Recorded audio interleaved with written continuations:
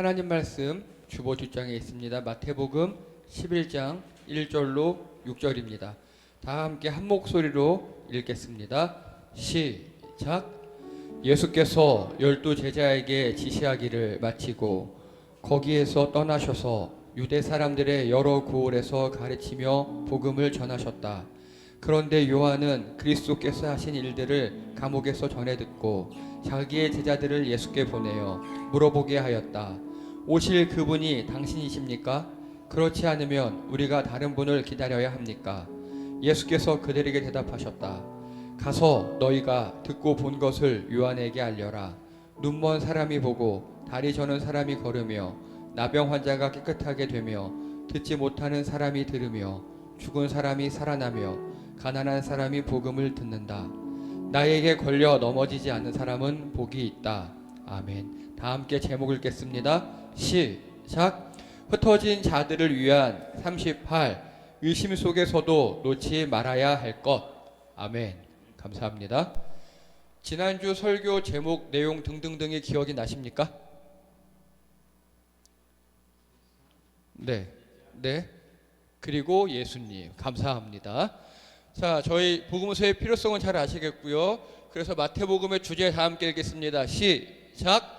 왕으로 오신 예수님. 그래서 마태복음은 예수님의 이야기와 예수님의 말씀과 우리 공동체가 어떻게 적용할 것인가가 나와 있고요. 그래서 지난주에 제자들이 있고 세상이 있고 예수님이 있는데, 우리가 세상 앞에서 예수님을 증언하면 예수님도 하나님 앞에서 우리를 잘 말씀해 주시겠다라고 이야기하셨고요. 그런데 세상 사람들은 옛날에는, 예수님 시절에는 정말 죽이고 우리를 화형시키고 이랬지만, 요즘 세상에서는 야, 혼자 조용히 믿어라, 아유 또 불편하게 한다 등등 이렇게 분위기로 우리 압박한다고 했습니다. 특히 이게 가족, 집안, 식구들이 되면 더하다 그랬어요. 그래서 야, 이 왼수야 소리 나온다고.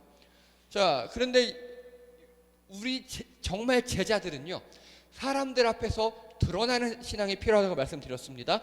먼저 하나님과 화평해야 합니다. 사람들 눈치 보느라고 내가 예수님의 제자인 걸 드러내지 않는다면 사람들과는 화평할지 몰라도 하나님과 화평한 게 아닙니다. 그래서 관계가 불편해질지라도 먼저 하나님과 화평해지시는 주님의 성도님들 되기 바랍니다. 그래서 예수님이 평화가 아니라 칼을 주려고 왔다. 이 칼은 죽여라가 아니라 구분해라. 구분은 거룩이다 말씀드렸고요. 그래서 이 세상 사람들과 무난한 관계가 되면 안 된다고 말씀드렸고요. 세상 사람들이 너도 교회 다녀? 그래, 혼자 잘 믿어, 이렇게 반응할 거라고 했습니다.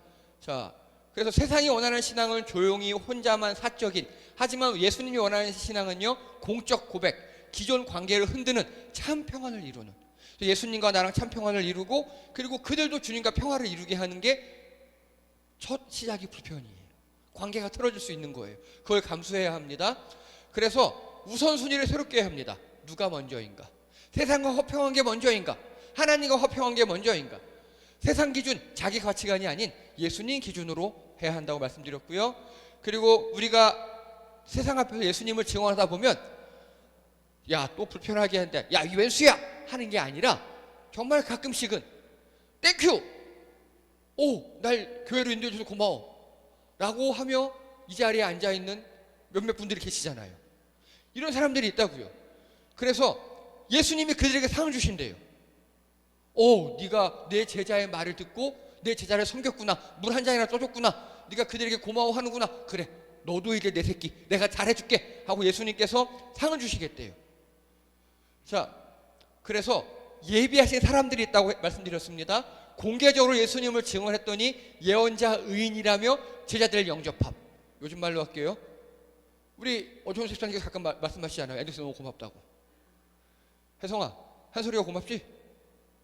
없으니까 솔직히 괜찮아. 네. 0.1초 늦었어요. 네. 예수님께서 이들을 기억하고 상 주신답니다. 전도한 제자들도 상을 받지만, 전도 당한 사람들, 아유 그래, 네가 내 제자의 말을 잘 듣고 물 떠주고 이렇게 고마워하는구나, 오케이, 잘해줄게. 그리고 이 맛에 우리가 제자하는 겁니다. 그래서 제가 뭐라고 말씀드렸죠? 이걸 뭐라고? 보물찾기라고요. 우리가 제자답게 살다 보면 우리를 핍박하고 무시하고 뭐라고 하는 사람들이 있어요. 당연해요. 악하니까. 근데 그 중에 예수님이 숨겨놓은 보물이 있다고요. 여러분 소시적인 보물찾기 해봤잖아요. 온 사방을 다 뒤집어 헤치는 그 보물찾기. 그렇게 세상을 휘젓고 다니시라고요. 그게 우리가 할 일이라고요. 그래서 제자들을 위해 예비하신 예수님이 우리를 위해 뭔가 예비하는 게 있어요. 그래서 그 보물을 찾으십시오. 이 땅에서 제자는 보물을 찾는 사람들입니다. 여러분 주변에 보물들이 있을 겁니다. 지금 그 보물들이 다시 우리에게 오셔서 제자로 자라나고 있어요. 아까 말씀드렸던 어정숙 집사님, 그리고 성찬 형제, 혜성이 등등 이게 또 자라나잖아요. 이게 교회가 계속해서 이어가는 공동체가 되는 겁니다. 자, 여기까지가 지난주 설교였고요. 이제 이번 주입니다. 1절 다 함께 읽겠습니다. 시작.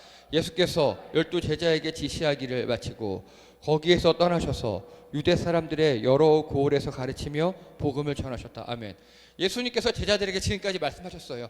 니네들 제자로 살다 보면 뭐 세상 경제관 안 돼. 모두 조금만 주고 조금 준비하고 가봐. 다 예비해놨어.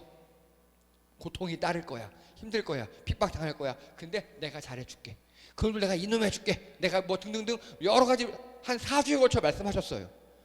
그리고 그거 마치고 예수님이 뭐 하셨다고요? 예수님이 뭐 하셨대요? 지금 1절에 보니까. 네, 일단 12제자에게 지시하신 겁니다. 지금까지 말들이. 여러분 지난 4주간의 설교는요, 이렇게 살지 않을래 권유가 아니고 위로 아니에요. 제자들에게 명령하시는 예수님이에요. 주인으로서 스승으로서 제자들에게 명령하신 겁니다. 그래서 명령이 다 끝난 다음에, 자, 군대 갔다 오신 분들 고참이 후임에게 명령했어요. 야, 가서 물 떠와. 넌 물 떠오고, 넌 청소하고, 넌 뭐해? 그 다음에 고참은 뭐합니까? 놀아요. 그쵸? 예. 잘하나 못하나 감시하고 있죠. 근데 우리 예수님은 명령 지시하신 다음에 뭐 하셨어요? 예. 유대 사람들 여러 고을에 가르치며 복음을 전하셨어요. 제자들아, 니네들이 복음을 전하다 보면 힘들 때도 있고 좋을 때도 막 얘기했어요. 그리고 보통 세상 사람들 보면 그래 나는 쉬어야지. 그러잖아요. 예수님 뭐 하셨다고요? 복음을 전하셨어요. 자, 이걸 네 자로 줄여보세요. 정답입니다. 오, 솔선수범. 자, 또 있어요. 솔선수범 또 언행일치입니다. 언행일치. 우리 예수님은요, 언행일치 솔선수범 하셨어요. 제가 성찬 형제, 제가 여기다 써왔거든요. 솔선수범이라고. 근데 커닝한 거 아니죠? 봤어요? 네. 우리 예수님이 이러신 분이세요. 말만 하고 끝나는 분이 아니에요. 돌격 앞으로 하고 본인은 뒤에 숨어 계신 그런 분이 아니라 돌격 앞으로 나를 따르다 하는 분이셔요. 앞장서는 분이십니다. 본인이 말씀하신 대로 사시는 분입니다. 이게 우리가 본받아야 합니다. 그래서 삶으로 말씀의 권위를 확증하신 분입니다. 어렵게 얘기했는데요, 여러분 살다가 많은 사람들 만나게 돼요. 근데 어떤 사람은 정말 말은 최고야. 말은 너무 잘해. 근데 그 사람의 삶을 보면요, 그렇게 안 살아요. 그럼 그 사람에 대한 이미지가 어떻게 됩니까? 별로죠.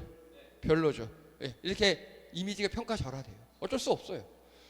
근데 어떤 사람은 말은 잘 안 하는데 한 말은 지켜요. 그러면요, 신뢰도가 어마어마하게 높아지겠죠.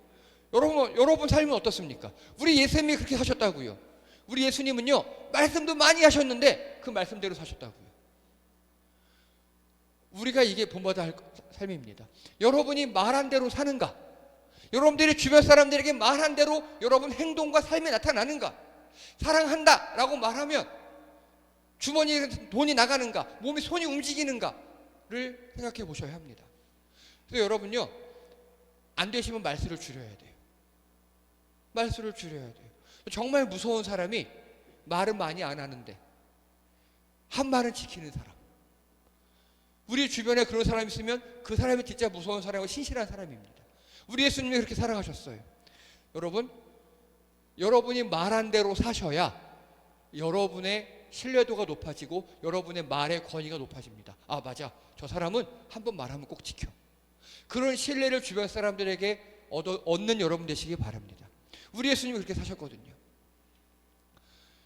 자, 2절 3절입니다. 읽겠습니다. 시작. 그런데 요한은 그리스도께서 하신 일들을 감옥에서 전해 듣고 자기의 제자들 예수께 보내어 물어보게 하였다. 오실 그분이 당신이십니까? 그렇지 않으면 우리가 다른 분을 기다려야 합니까? 아멘. 자, 우리 예수님 지금까지 4주에 걸쳐 제자들에게 뭐 하셨죠?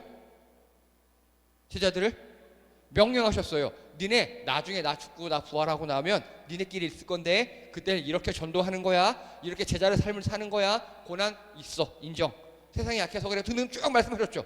그리고 제자들에게 쫙 이제 제자들이 우리말로 하면 일반 성도에서 집사되고 장로되고 권사되고 안수 권사님 되고 이러면서 제자로 거듭난 거예요.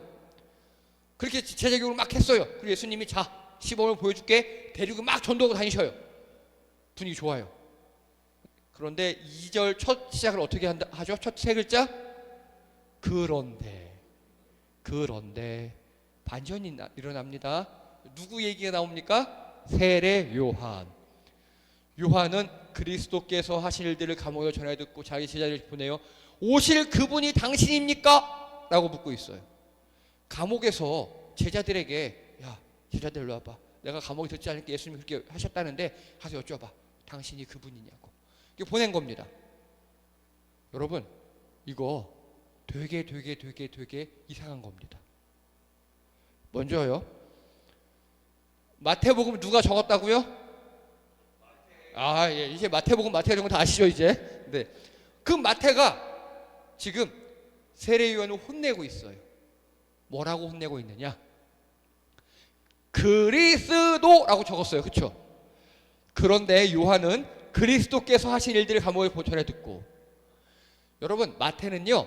마태복음서에 보면 그리스도라는 단어는 20번도 안 나와요. 그것도 다 인용했을 때만 나와요. 마태는 예수님을 지칭할 때 예수께서 혹은 주님 이렇게 지칭해요. 이해되십니까? 근데 세례 요한이 오실 그분이 당신이십니까? 여러분 우리나라에서 이렇게 얘기해서 싸움 붙죠. 당신 네가 나 알아? 내가 왜 네 당신이야? 라고 싸움 붙잖아요. 근데 이 나라의 당신은 그거보다 높은 의미예요. 그래도 오실 그분이 당신이십니까? 세례 요한이 지금 마태가 이러고 있는 거예요. 야 요한 어디다 대고 당신이야? 이러고 있는 거예요. 당신이라니 예수님도 아니고 그리스도이신데 지금 그리스도의 뜻이 뭡니까 여러분? 그리스도 정답이에요. 기름 부음 받은 자. 예, 그래서 그리스도는 헬라어고 히브리어는요 메시아 같은 뜻이에요 다. 그래서 이 그리스도는요 직책이에요. 직책을 의미해요. 예수님의 직책. 그런데 감히 우리 주님을 그분이라고 불러? 마태 입장에서는 아니 야 우리 사장님을 네가 김씨라고 불러? 이놈 새끼 이러고 있는 거예요 지금. 김 사장님이라고 해야지 하고 혼내고 있는 거예요. 다른 말로 할게요. 세례 요한이 신앙이 흔들린 거예요. 세례 요한이. 이해되십니까? 여러분이 보통 사람과 관계를 맺다가 관계가 흐트러지고 그 사람에 대해서 마음이 좀 거시기해지고 할 때 호칭이 달라지는 경우가 있죠. 그렇죠? 같은 엄마인데도 엄마가 있고 엄마가 있고 엄마가 있잖아요. 그렇죠? 예, 등등등등등. 마찬가지입니다. 호칭이 달라졌어요. 여러분 세례 요한이 어떤 사람이었습니까? 세례 요한은요 누가복음 1장 41절에 보면요 이 사람이 세례 요한의 엄마예요. 지금 세례 요한이 임신해 있죠. 그리고 오른쪽에 있는 이 여자는 마리아예요. 예수님 엄마 마리아. 그럼 뱃속에 있는 사람 누구겠어요? 예수님이겠죠. 이렇게 둘이 만난 적이 있어요. 그랬더니 이 세례 요한의 엄마가 엘리사벳이에요. 엘리사벳이 마리아의 인사말을 들었을 때 아이가 그의 뱃속에 뛰놀았다. 즉 세례 요한은 뱃속에서부터 예수님을 알고 뛰놀았던 사람이에요. 이런 걸 뭐라고 합니까? 모태신앙이라고 합니다. 뱃속에서부터 예수님을 믿는 사람들. 자, 혜성아 자네 이세가 태어난다면 모태신앙이겠지. 그치? 뱃속에서도 예수를 믿었어요. 뱃속에서도 교회 다니고. 예. 이런 사람이었습니다. 그리고요, 세례 요한이 이제 사역을 시작했습니다. 사역을 시작하니까 이렇게 외쳐요. 나는 너희를 회개시키려고 물러서 침례를 준다. 내 뒤에 오시는 분, 더 능력 있는 분이다. 나는 신을 들 자격도 없다. 그는 너희에게 성령과 불세를 줄 것이다. 정확히 예수님을 알아요. 세례 요한은 늘 그렇게 예수님을 예비했어요. 그리고 예수님이 세례를 받으러 나오니까, 아니 내가 선생님께 침례를 받아야 할 터인데, 선생님께 주님이라는 뜻이에요. 세례 요한이 이렇게 예수님을 주님이라고 불렀어요. 나의 주인이신 분. 그리고 하늘의 소리가 나기를 이는 내가 사랑하는 아들이다. 내가 그를 좋아한다. 이렇게 세례 요한은 메시아의 증언을 하나님부터 직접 들었어요.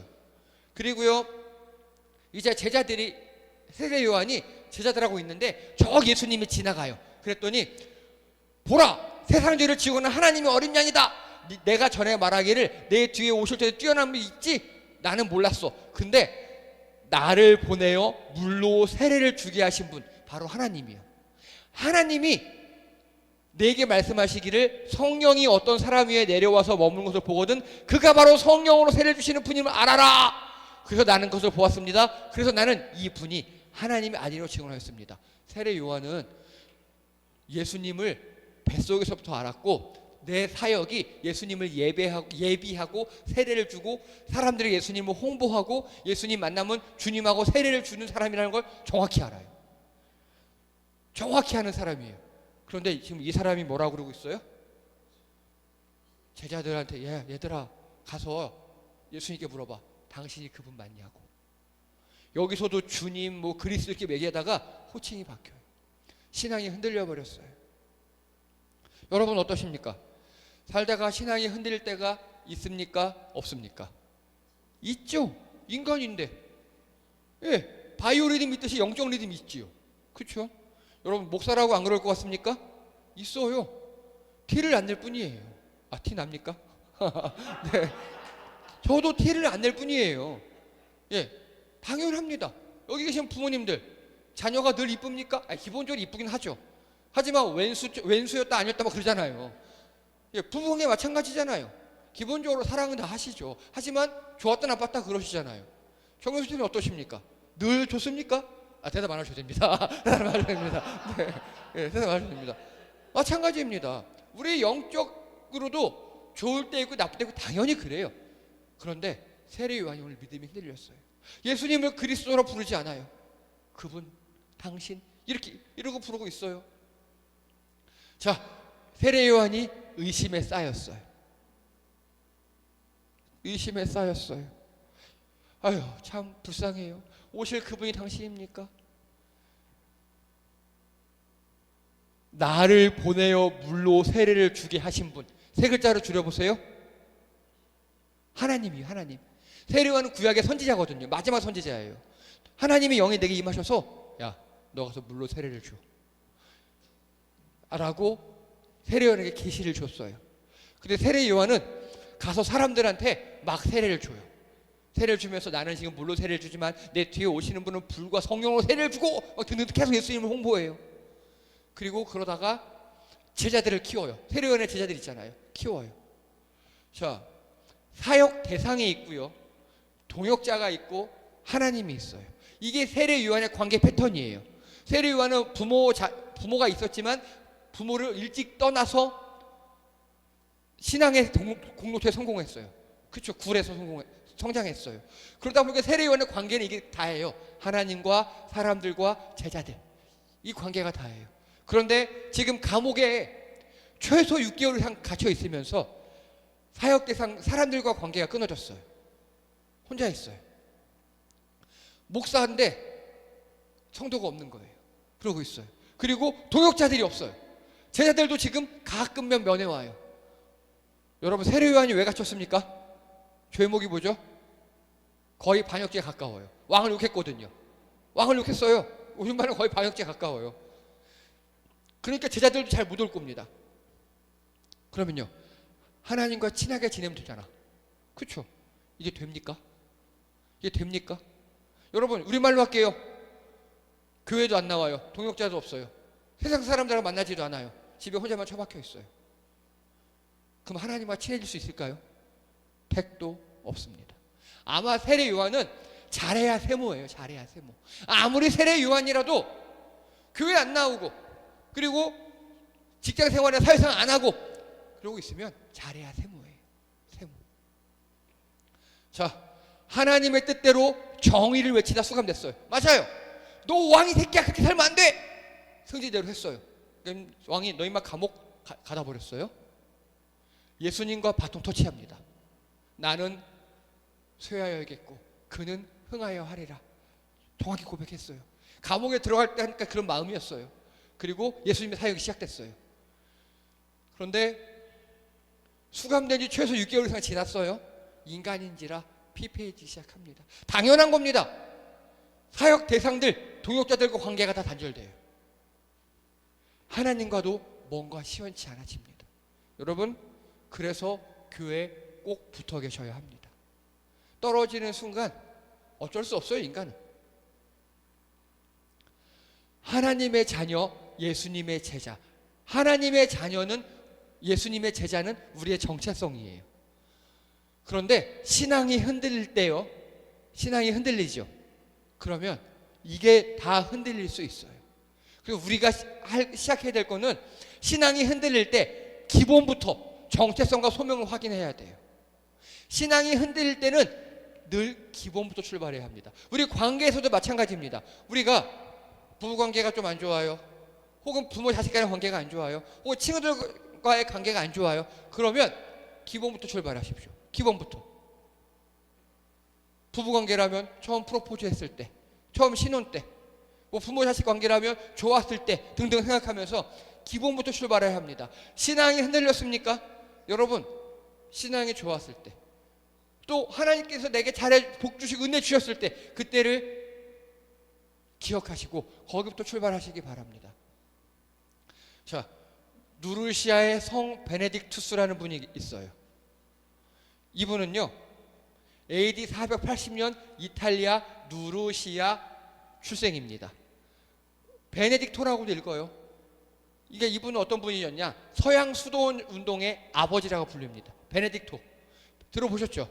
베네딕토 수도원. 이분이 창시하신 거예요. 근데 이분이 12개의 수도원을 건립하시고 수도원 규칙서를 집필하셨어요. 그리고 정말 유명한 말을 남겼습니다. 이거는 신학생들이 하면 다 아는 겁니다. 자, 골방 아니면 공동체. 두 개 중에 하나예요. 둘 다 없이 신앙을 유지하는 것은 불가능하다. 자, 골방 아니면 공동체. 기억하십시오. 골방 아니면 공동체. 우리가 신앙을 유지하는 비결은 두 개예요. 골방 아니면 공동체. 이분이 정립하셨어요. 골방이 뭐냐? 이렇게요. 수도 굴 같은 데 가보면요, 딱 십자가, 촛불, 성경 3개 있어요. 골방이라는 건요, 한 평도 안 되는 좁은 공간이에요. 어두운 공간. 그럼 골방에서 뭐가 단절될까요? 그렇죠. 세상과 소통이 관계되죠. 그럼 여기 이 골방 보세요. 할 수 있는 게 뭐 있어요, 지금? 성경 보고 기도하는 것밖에 없어요. 네. 그래서 이렇게 골방에 들어가든지 세상과 완전 끊고 골방에 들어가면 신앙을 유지할 수 있답니다. 이해되십니까? 근데 골방 아니면 뭐요? 공동체예요. 공동체. 내가 신앙이 흔들릴 때, 내가 넘어졌을 때 같이 이끌어주고 또 먼저 간 사람들이 있는 그 공동체. 여러분, 우리 교회가 현실에서 해야 할 일이 이 골방이 아니라 바로 이 좋은 공동체입니다. 우리 누구나 흔들릴 수 있어요. 우리 똑같이 와서 똑같은 거룩한 표정으로 찬양대로 예배 드립니다만 마음은 다 제각각입니다. 어떤 분들은 오늘 예배가 지루할 수도 있고 또 어떤 분들은 오늘 예배가 은혜가 넘칠 수도 있어요. 그런데 여러분, 우리 신앙이 흔들릴 때 이 공동체에 와서 회복하는 역사가 일어나기 바랍니다. 다른 말로 할게요. 저 목사잖아요. 제가 신앙이 흔들렸어요. 그쵸, 흔들릴 수 있겠죠. 저도 인간이니까. 아, 나 흔들렸어. 애정쌤, 오늘 찬양하시고요. 반주 알아서 하시고요. 자습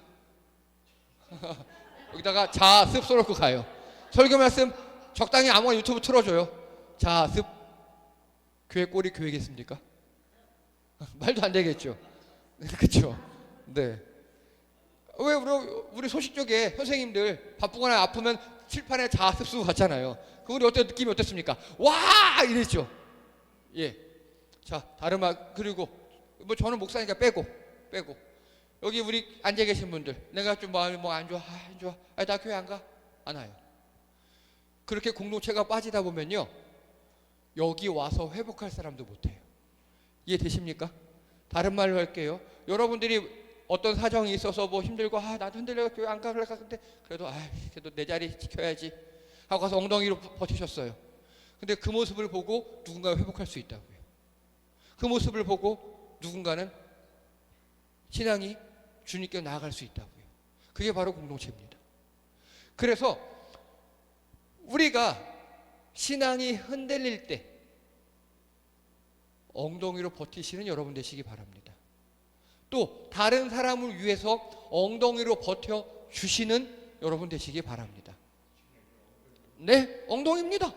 지금 세례 요한이 그게 흔들린 거예요.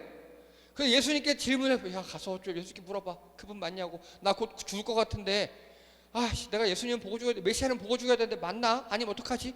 흔들려 버린 거예요. 세례 요한도 흔들릴 수 있다고요. 세례 요한이 공동체가 없었어요. 제자들이 맞잖아요. 그때 선생님이 얘기했잖아. 저분이 세상에 죄를 지은 어린 양이라고. 감옥에 있기 힘들어서 그렇지.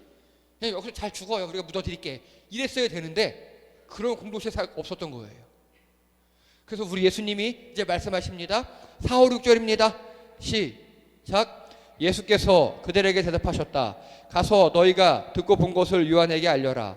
눈먼 사람이 보고 다리 저는 사람이 걸으며 나병 환자가 깨끗하게 되며 듣지 못하는 사람이 들으며 죽은 사람이 살아나며 가난한 사람이 복음을 듣는다. 나에게 걸려 넘어지지 않는 사람은 복이 있다. 아멘. 자, 제자들이 예수님한테 가가지고 우리 선생님이신 요한이 당신이 그분 맞냐고 물어보라는데요? 라고 질문한 겁니다. 근데 예수님이 쫙 대답했어요. 전 되게 싫어요. 그 스타일. 전 너무 싫어요. 자, 당신이 그분 맞습니까? 라고 물으면 뭐라고 답해야 됩니까? 응, 오케이, 응. 이게 응이면 되지. 왜 이렇게 말이 길어? 혓바닥이 길어요. 예. 근데, 예수님이 응. 만약에 예수님이 응. 하면 제자들이 뭐라 했을까요? 진짜 맞아요? 진짜 맞냐고? 이렇게 물어봤을 겁니다. 왜냐? 여러분, 세례 요한의 믿음이 흔들렸죠. 그 상황에서 이 제자들도 지금 세례 요한에게 선생님 옛날에 맞다 그랬잖아요. 이런 영성이 아니에요. 그냥 쪼르르 가서 물어보는 영성이에요. 우리 예수님이 그래서 참으로 친절하게 설명해 주세요. 자, 눈먼 사람이 보고 내가 눈먼 사람 눈뜨게 해줬어. 다리 저는 사람이 걷게 해줬어. 나병 환자 깨끗하게 해줬어. 듣지 못하는 사람이 들었어. 죽은 사람이 살아났어. 가난한 사람이 복음을 듣게 해줬어. 내가 다 한 일이야. 가서 그대로 전해. 라고 굉장히 친절하고 자세하게 설명해 주는 게 우리 예수님이셨어요. 여러분 근데 이게 왜 중요하냐면요. 이게 예수님께서 처음에 사역을 시작하셨을 때 회당에서 읽었던 예수님의 소명장 이사야서 말씀이에요. 세례 요한도 그걸 알고 있을 거잖아요. 그래, 이사야서에 예언한 그 사람이 바로 나야 나 라고 길게 친절하게 설명해 주시는 거예요. 저는 이게 잘 안 돼요. 기면 기고 아니면 되는 거예요. 응이면 응이고 아니면 아니지 설명하려면 너무 귀찮고 복잡하거든요. 근데 우리 예수님은 그렇게 해주셔요. 저도 이렇게 하려고 많이 노력은 하는데 잘 안 돼요. 이렇게 설명을 해주셨어요. 우리 예수님이 근데 세례 요한은 일반 성도가 아니잖아요. 예수님을 소개했던 예수님을 예배했던 정말 마지막 선지자 그런 사람이잖아요. 한마디 보태셔요. 나에게 걸려 넘어지지 않는 사람은 복이 있다. 즉 세례 요한 너는 나에게 걸려 넘어졌다 그 이야기입니다. 나에게 걸려 넘어지다가요 스칸달론이라고 읽어요. 헬라어로 스칸달론. 이거 함정, 불만, 또 삐침 이런 뜻이에요. 그겁니다. 세례 요한이 예수님께 삐진 거예요.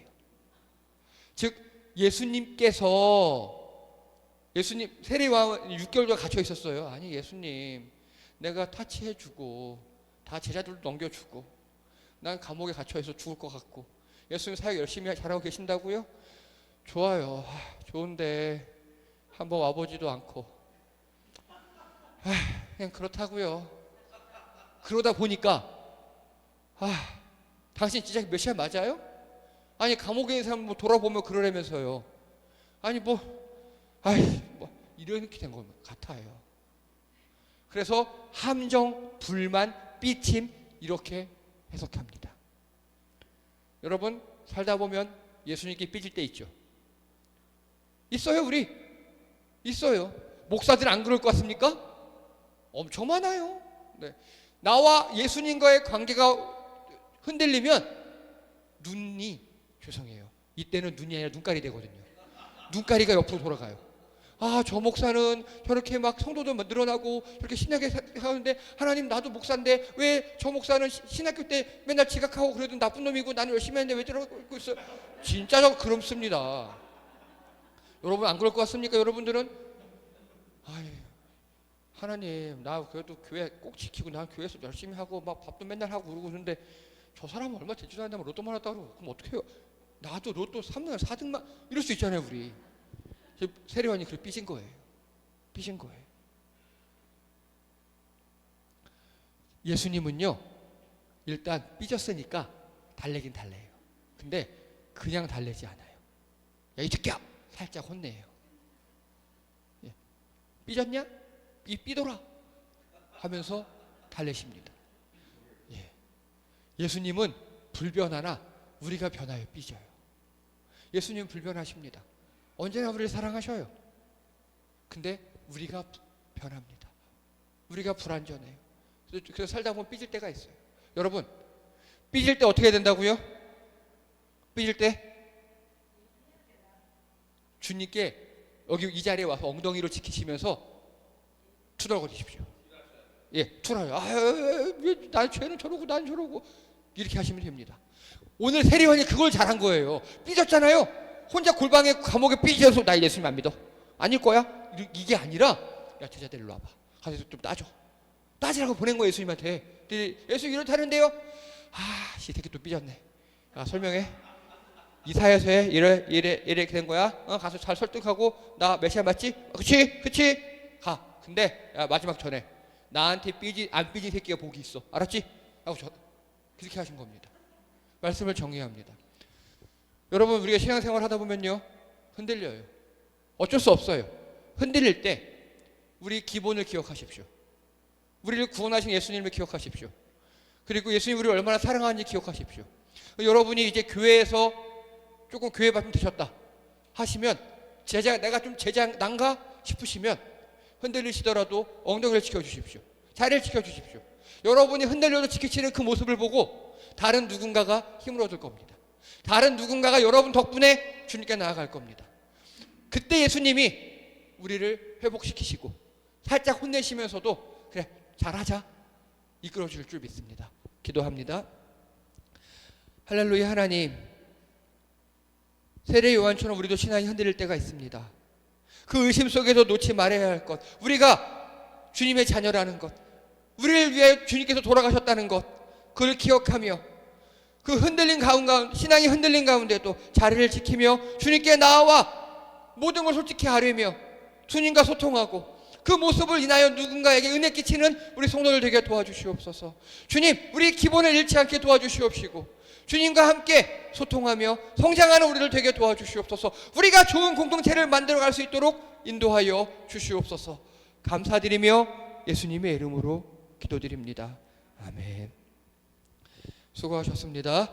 교회 소식 시간입니다. 오늘은 기쁜 소식이 있습니다. 홍성찬 형제가 청년들에게 쏘기로 했답니다. 예배 끝나고 윤학까지 끝나고 청년들은 나가서 먹고, 자 여기서 청년이란 40세 이하를 의미합니다. 자 넘어가겠습니다.